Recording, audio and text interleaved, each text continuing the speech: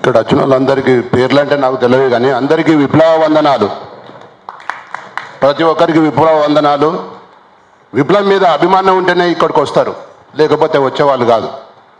నేను ఈ ప్రెస్ ముందట ఫస్ట్ సారి మాట్లాడుతున్నా. మరి సభాధ్యక్షులు కానీ సత్యయ్య గారు కానీ ఏమన్నా ఒకటి రెండు వర్డ్స్ తప్పున్నా కూడా మన్నించాలని కోరుకుంటున్నా. భారతదేశ విప్లవ వీరుడు ప్రజా యుద్ధ నౌక అస్తమించండు. మరో ప్రపంచ యుద్ధ నౌక మన భారతదేశం మన స్టేట్ యుద్ధ నౌక ప్రజా యుద్ధ నౌక ఉదయించుండు. ఆ ఉదయించిన సూర్యుడే మన రేవంత్ రెడ్డి గారు.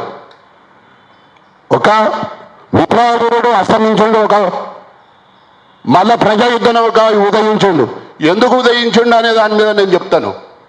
ఫస్ట్ సారి తెలంగాణ గవర్నమెంట్లో ప్రజా యుద్ధ నౌక మీద అవార్డు ప్రకటించినటువంటి దమ్మున్న సత్తున్న వ్యక్తి ఎవరనంటే మన రేవంత్ రెడ్డి గారు ముఖ్యమంత్రి. అందుకు ఆయన ఉదయించండి అని చెప్తున్నా. ప్రజా యుద్ధ నౌక ఉదయించండి అంటే దీన్ని ఆధారం చేసుకొని నేను చెప్పగలుగుతున్నా.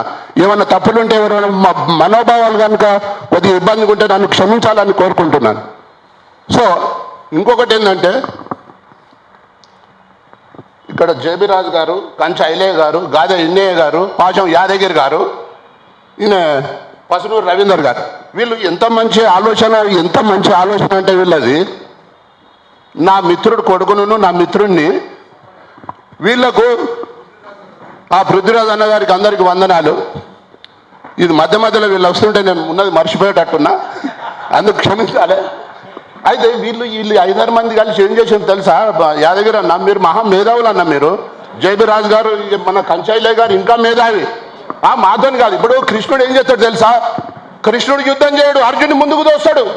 అందుకు ఏమి చేసిండ్రు?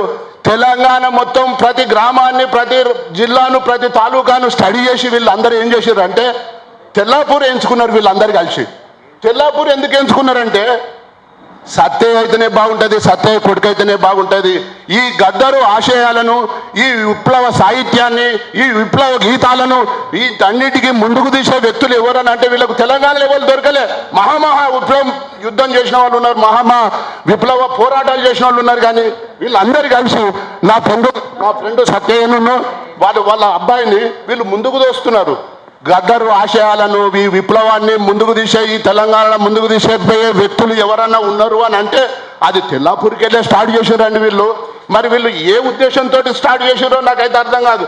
కానీ నేను ఎందుకు వచ్చినా ఇక్కడికి అంటే, ఆ విప్లవ వీరునికి నాకు విప్లవ భావాలంటే ఎక్కువ ఇష్టం కాబట్టి నేను అక్కడికి వెళ్ళి ఎట్టి పరిస్థితుల్లో ఈ గద్దర్ గురించి నేను ఎట్టి పరిస్థితుల్లో 4 ముక్కలు మాట్లాడాలని నేను ఈ సభకు వచ్చిన.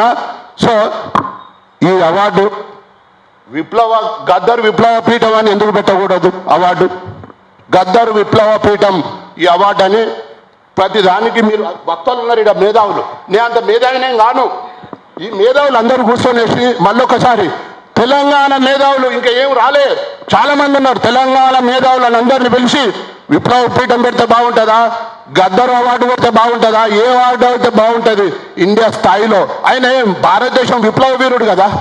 అందుకనేసి అందరు నాకు మేధావులను అందరినీ ప్రతి తాలూకా నుంచి, ప్రతి జిల్లా నుంచి మేధావులు అందరినీ పిలిచి ఆయనకు మంచి ఒక అవార్డు ప్రకటించి, ఎంతో మంది పేద కళాకారులు ఉన్నారు. నా అటువంటి వాళ్ళు 920 మంది పేద కళాకారులు ఉన్నారు. సినీ ఫీల్డ్లో డబ్బులున్న వాళ్ళందరూ ఇల్లు కట్టుకున్నారండి. ఆడ ఏది కోకాపేటలో సినీ టవర్ ఒకటి, తర్వాత ప్రభాకర్ రెడ్డి గారు 1000 కోట్ల ఆస్తి ఇచ్చిండు. చిత్రపూర్ కాలనీ వాళ్ళందరూ డబ్బులున్న వాళ్ళందరూ తీసుకున్నారు. డబ్బులు లేని వాళ్ళందరూ ఈరోజు కూటి కూడా గతిలేదు. వాళ్ళ ఇళ్ళల్లో రెంట్ కూడా ఉండలేని పరిస్థితి ఉన్నది. రెంట్ కట్టుకుంటలేరు చిన్న చిన్న కళాకారులు. మరి తెలంగాణ పేరు మీద ఒక సినీ అసోసియేషన్ స్టార్ట్ చేసి మీ అటువంటి తెలుగు కళ పెద్దలు ఏం చేయాలంటే, ఈ తెలంగాణలో ఉన్నటువంటి చిన్న చిన్న కళాకారులు, పెద్ద పెద్ద డైరెక్టర్లు, నిర్మాతలు వీళ్ళందరితోటి ఒక సమావేశం ఏర్పాటు చేసి దయచేసి వాళ్ళకు ఒక భూమి, ఏదన్నా ఇల్లు వాళ్ళకు కొద్దిగా రూపకల్పన చేస్తే బాగుంటుందని నా కోరిక. ఏమన్నా చిన్న చిన్న తప్పులు ఉంటే నన్ను విప్లవ వాళ్ళందరికీ విప్లవ వందనాలు. థ్యాంక్ యూ సో సమ్మిరెడ్డి అన్న, థ్యాంక్ యూ వెరీ మచ్.